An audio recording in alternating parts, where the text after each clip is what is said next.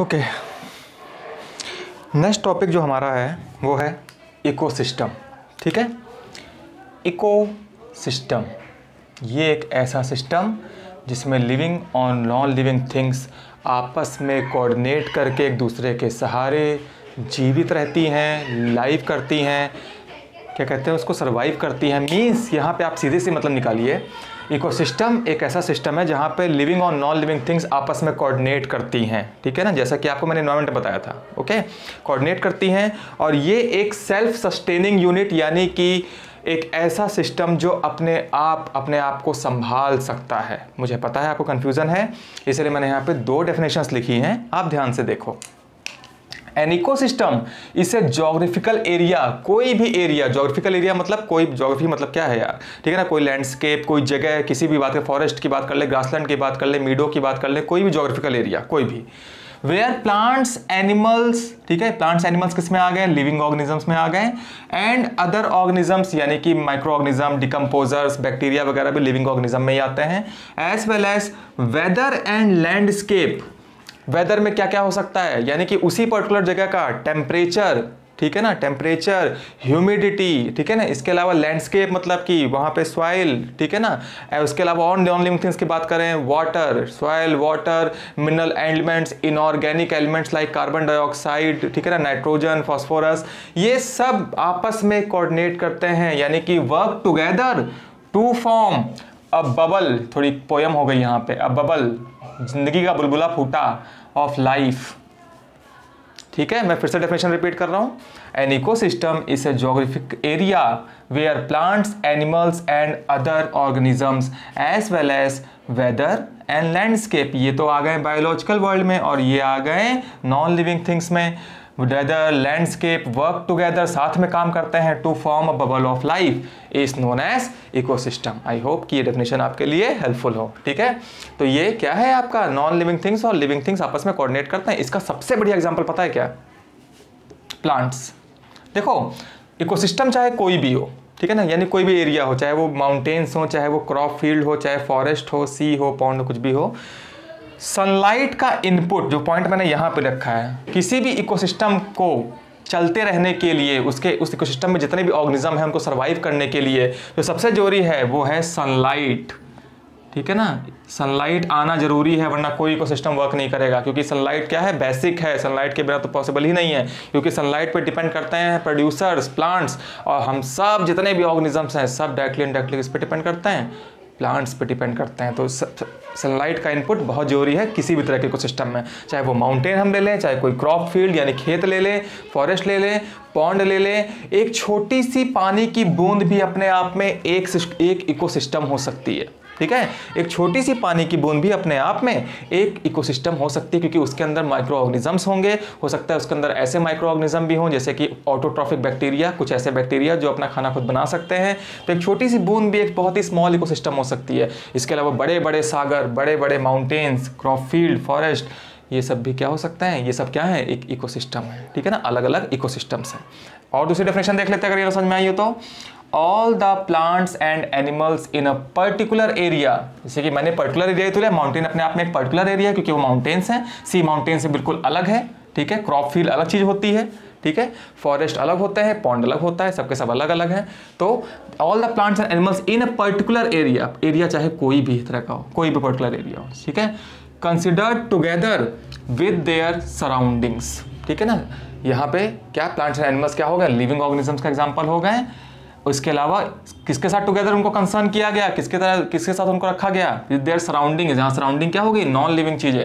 ठीक है ना, यानी कि water, land, air, along with inorganic material like carbon dioxide, nitrogen, phosphorus, along with physical things like temperature, humidity। ठीक है, ये सब क्या है, नॉन लिविंग थिंग्स है, इनके बिना पॉसिबल नहीं है जिंदगी। ठीक है, तो ये आपस में वर्क करेंगे तब जाके क्या बनता है, एक इकोसिस्टम बनता है। और इकोसिस्टम को अपनी मतलब कि तैयार, मतलब इकोसिस्टम चलते रहने के लिए क्या जरूरी है, सनलाइट, इनपुट ऑफ लाइट जरूरी है। ठीक है, और नहीं आया तो थोड़ा और देख लेते हैं। ठीक है, इकोसिस्टम के कंपोनेंट्स क्या होते हैं, what are the components of ecosystem. बहुत सिंपल है, मैंने बताया लिविंग थिंग्स और नॉन लिविंग थिंग्स, उसके लिए साइंटिफिक टर्म है बायोटिक। क्या वर्ड आया, बायो, बायो मतलब लिविंग चीज़ों की स्टडी, बायोलॉजी क्या है, लिविंग चीज़ों की स्टडी है। तो बायोटिक यानी कि लिविंग थिंग्स की यहाँ बात हो रही है। इन कोऑर्डिनेशन, ये 2 सर्कल मैंने मिलाए हैं इस जगह पे, यानी कि कोऑर्डिनेशन में किसके साथ काम कर रहे हैं, ए बायोटिक यानी कि non living components, living components and non living components together form a ecosystem. ठीक है ना, बात समझ में आ गई, टुगेदर फॉर्म अ इकोसिस्टम। अब बायोटिक के नीचे मैंने PCD क्यों लिखा हुआ है, इस बायोटिक जो कम्युनिटी है ना, बायोटिक जो आपके लिविंग ऑर्गेनिजम्स हैं, उनको 3 कैटेगरी में बांटा गया है। ठीक है, P for producers, C for consumers and D for decomposers, PCD। ठीक है ना, P for producers, C for consumer, D for decomposers. कोई भी को सिस्टम ले लो, ये सब तो होंगे ही होंगे। डिकम्पोजर तो हर जगह पाया जाता है। ठीक है, तो अगर हम बात कर लेते हैं बायोटिक कंपोनेंट्स की, तो बारी बारी इनको देख लेते हैं, बहुत सिंपल है, वैसे आगे जाके डिटेल में पढ़ना है, थोड़ा सा आइडिया देता हूँ। प्रोड्यूसर्स यानी simple, P for producer, P for plants, green plants की हम बात कर रहे हैं, यानी कि ऐसे लिविंग ऑर्गेनिजम्स जो सनलाइट की एनर्जी को रिसीव करते हैं। अच्छा, प्रोड्यूसर्स बहुत अच्छा एग्जाम्पल है, प्रोड्यूसर्स सबसे अच्छा एग्जाम्पल है किसी इकोसिस्टम में ये डिफाइन करने के लिए कि सनलाइट क्यों जरूरी होती है। ठीक है, कैसे, सनलाइट नहीं मिलेगी तो भी नहीं पनप पाएंगे, यानी जिंदा नहीं रह पाएंगे। ठीक है, मतलब कि प्रोड्यूसर्स सबसे बढ़िया कोऑर्डिनेशन दिखाते हैं लिविंग और नॉन लिविंग चीज़ों का। खुद प्रोड्यूसर्स क्या है, लिविंग है, लेकिन उनको सनलाइट चाहिए जो कि नॉन लिविंग है, उनको कार्बन डाइऑक्साइड चाहिए जो कि नॉन लिविंग है, उनको प्रॉपर टेम्परेचर चाहिए, उनको प्रॉपर इनऑर्गेनिक सब्सटेंसेस चाहिए, यानी कि मिनरल, पोटेशियम, सोडियम, उनको सब कुछ चाहिए, और इन सब के बिना वो ग्रोथ नहीं कर सकता। क्या ये परफेक्ट एग्जाम्पल नहीं है? क्योंकि इसके बाद जो आएंगे वो डायरेक्टली इनडायरेक्टली किस पे डिपेंड करते हैं, प्रोड्यूसर्स पे ही डिपेंड करते हैं। ठीक है, लेकिन प्रोड्यूसर किस पे डिपेंड करता है, सनलाइट पे डिपेंड करता है, और भी कई चीज़ों पे, कई इनऑर्गेनिक चीज़ों पे डिपेंड करता है, कई नॉन लिविंग चीज़ों पे डिपेंड करता है। ओके, देन आते हैं कंज्यूमर। सिंपल कंज्यूमर में अभी आगे पढ़ेंगे आप, कई तरह के primary consumer, secondary consumer, tertiary consumer, वो आगे वाले लेक्चर में मैं आपको बताऊंगा।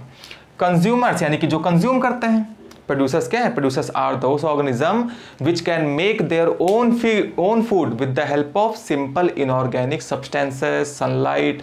मैं बता चुका हूँ आपको प्रोड्यूसर्स क्या होते हैं। ठीक है, आप लाइफ प्रोसेस में भी देख चुके हो। कंज्यूमर्स यानी कि those who depend upon other organism for their energy needs, दूसरे ऑर्गेनिज्म पे डिपेंड करते हैं। मैं अगर शाकाहारी हूँ तो मैं पेड़ खाऊंगा, मैं अगर मांसाहारी हूँ तो हो सकता है, वैसे तो नॉर्मली क्या होता है, हम ऑमनिवोरस होते हैं, शाकाहारी या मांसाहारी या दोनों ही हो सकते हैं। लेकिन अगर मैं प्योर मांसाहारी हूँ, जो कि कोई नहीं होता है, प्योर मांसाहारी हूँ, कोई मतलब कि ह्यूमंस में बात कर रहा हूँ। ठीक है, अगर बात करें तो ये बकरी ने पेड़ खाया, मैंने बकरी खा ली। ठीक है, तो भी मैं किस पे डिपेंड किया, प्रोड्यूसर्स पे तो डिपेंड किया डायरेक्टली इनडायरेक्टली।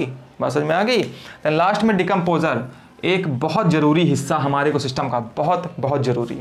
डिकम्पोजर्स क्या करते हैं, ठीक है, चलो नेक्स्ट लेक्चर में बताऊंगा आपको डिकम्पोजर्स कितने जरूरी क्यों है। आपको ये पता है कि ये डिकम्पोज करते हैं। अभी मैंने आपको बायोडिग्रेडेबल सब्सटेंस की बात की, कोई भी चीज़ जब मर जाती है, डेड एंड डिके ऑर्गेनिज्म जो होते हैं उनको ख़त्म करके उनके अंदर के जितने भी मिनरल न्यूट्रिएंट्स हैं उनको वापस इन्वायरमेंट में वापस भेज देना, ताकि उन न्यूट्रिएंट्स की कमी ना पड़े। जब चीज़ें सड़ती गलती हैं तो उनके अंदर के जो न्यूट्रिएंट्स होंगे वो तो नहीं मर जाएंगे ना, हाँ शरीर मर जाएगा, लेकिन उनके अंदर जो न्यूट्रिएंट्स हैं वो वापस मिट्टी मिल जाएंगे। किस तरीके से, डिकम्पोजर्स की हेल्प से, जो अपने एंजाइम्स को आप लोगों ने लाइफ प्रोसेस में सैप्रोफाइट पढ़ा है ना, याद करो, दिमाग को जोड़ डालो। लाइफ प्रोसेस में सैप्रोफाइट्स पढ़ा है, वही है ये डिकम्पोजर्स। ठीक है, यानी कि अपने एंजाइम से हमारे बॉडी के कॉम्प्लेक्स मटेरियल को सिंपल में करके वापस मिट्टी में मिला देंगे, वापस भेज देंगे, जिससे कि उस मिट्टी में न्यूट्रिएंट्स की कमी ना हो। ठीक है, तभी कहा जाता है कि गोबर की खाद बनाओ, गोबर को खाद में मिलाओ, वगैरह वगैरह बहुत चीज़ें होती हैं। ठीक है ना, अब खाद के लिए किसी के लाश को थोड़ा घुसेड़ दोगे। तो बात समझ में आ गई, प्रोड्यूसर्स, कंज्यूमर्स एंड डिकम्पोजर्स। ठीक है, ये तीनों के तीनों क्या हैं, बायोटिक कंपोनेंट्स हैं। एबायोटिक मैं आपको बता ही चुका हूँ। ठीक है, सनलाइट, ठीक है ना, अगेन बता रहा हूँ, sunlight, water, land, temperature, humidity जो फिजिकल फैक्टर कहलाते हैं। इसके अलावा मैग्नीशियम, पोटेशियम, ये सब इनऑर्गेनिक सब्सटेंस बनाते हैं, सबके सब इनऑर्गेनिक हैं और सबकी ज़रूरत पड़ती है। ये एक साइकिल है जो चलती रहनी चाहिए। ठीक है, तो बायोटिक और एबायोटिक कंपोनेंट्स मिलके इकोसिस्टम तैयार करते हैं। ये पॉइंट मैं आपको बता चुका हूँ कि सनलाइट एनर्जी कितनी ज़रूरी होती है, उसका इनपुट यानी कि किसी इकोसिस्टम को सर्वाइव करने के लिए बहुत ज़रूरी है sunlight. Then terrestrial and aquatic ecosystem बहुत सिंपल है। ठीक है, लैंड इकोसिस्टम को ही हम टेरेस्ट्रियल इकोसिस्टम कहते हैं। जैसे कि ये मैंने बना रखा है, माउंटेन एक टेरेस्ट्रियल इकोसिस्टम है, क्रॉप फील्ड एक टेरेस्ट्रियल इकोसिस्टम है, फॉरेस्ट एक टेरेस्ट्रियल इकोसिस्टम है। लेकिन सी और पॉन्ड या लेक या रिवर, ये सब क्या आ जाएंगे, ये सब हैं aquatic ecosystem, water ecosystem. Simple. Artificial है नेचुरल। नेचुरल जो अपने आप ही प्रेजेंट हैं, उनको हमने नहीं बनाया, ठीक है। जैसे कि आप बात कर लो माउंटेन्स की, फॉरेस्ट की, तो ये नेचुरल इकोसिस्टम है। आर्टिफिशियल कौन हो गया? क्रॉप फील्ड, खेत जो हम बनाते हैं वो क्या है? आर्टिफिशियल इकोसिस्टम है। नेशनल पार्क, सेंचुरी, ठीक है ना। और क्या हो सकता है? नेशनल पार्क हो गया, सेंचुरी हो गई, चिड़ियाघर, जू, ठीक है ना। बायोस्फीयर रिजर्व्स, ये सब क्या है? आर्टिफिशियल इकोसिस्टम है। हालांकि बायोस्फीयर रिजर्व वगैरह जो है उसमें नेचुरल पार्ट को ही बाड़ लगा के बैंडिंग करके उसको क्या कर दिया जाता है? एरिया ग्रैब कर लिया जाता है, तो वो दोनों में आता है, ठीक है। ओके, नेचुरल इकोसिस्टम भी हो गया, आर्टिफिशियल भी हो गया। अब आर्टिफिशियल में अगर पूछे वाटरी कौन सा है, आर्टिफिशियल वाटर इकोसिस्टम, तो आपको अगर तो एक्वेरियम बता दोगे। एक्वेरियम बहुत अच्छा एग्जांपल है इसका, एक आर्टिफिशियल इकोसिस्टम है, आर्टिफिशियल एक्वेटिक इकोसिस्टम है, ठीक। तो ये आपका आज का था पूरा। होप कि आपको समझ में आ गया, और ना समझ में आया तो आज ही सवाल पूछना। इसके अलावा पिछले लेक्चर में एक चीज़ रह गई थी, एक एक्सपेरिमेंट किया गया था जिसमें 15 सेंटीमीटर का गड्ढा, 3 गड्ढे खोद के उसमें एक तरफ डाला गया था हरी पत्तियों को, दूसरे गड्ढे में डाला गया था जूट के बैग का टुकड़ा, और तीसरे में डाला गया था प्लास्टिक। 1 महीने बाद जब खोला तो जूट का बैग थोड़ा डिकम्पोज हो गया था, मतलब पूरा नहीं लेकिन थोड़ा डिकम्पोज हो चुका था। और अगर टी लीव्स की बात करें या पत्तियों की बात करें, वो तो पूरी तरह गायब ही हो गई थी लगभग। और जो आपका प्लास्टिक बैग था वैसा का वैसा था। 1 महीने बाद क्या तुम 10 सालों बाद या 50 सालों बाद भी देखोगे तो पन्नी तुमको वैसी की वैसी मिलेगी। ये दिखाता है कि कितनी खतरनाक चीज़ बना दी है इंसान ने, ठीक। तो ये और एनवायरनमेंट, इस तरह हमारा आज का लेक्चर खत्म होता है। कल भी मैं आपको 2 लेक्चर दूंगा, क्योंकि कल जो मैंने बनाया था उसमें ऑडियो रिकॉर्ड नहीं हुई थी। अब मैं खुद देखने जा रहा हूँ कि इसमें ऑडियो रिकॉर्ड हुई कि नहीं। अगर नहीं हुई, जैसे कि मैंने बताया था, मैं कूद जाऊँगा।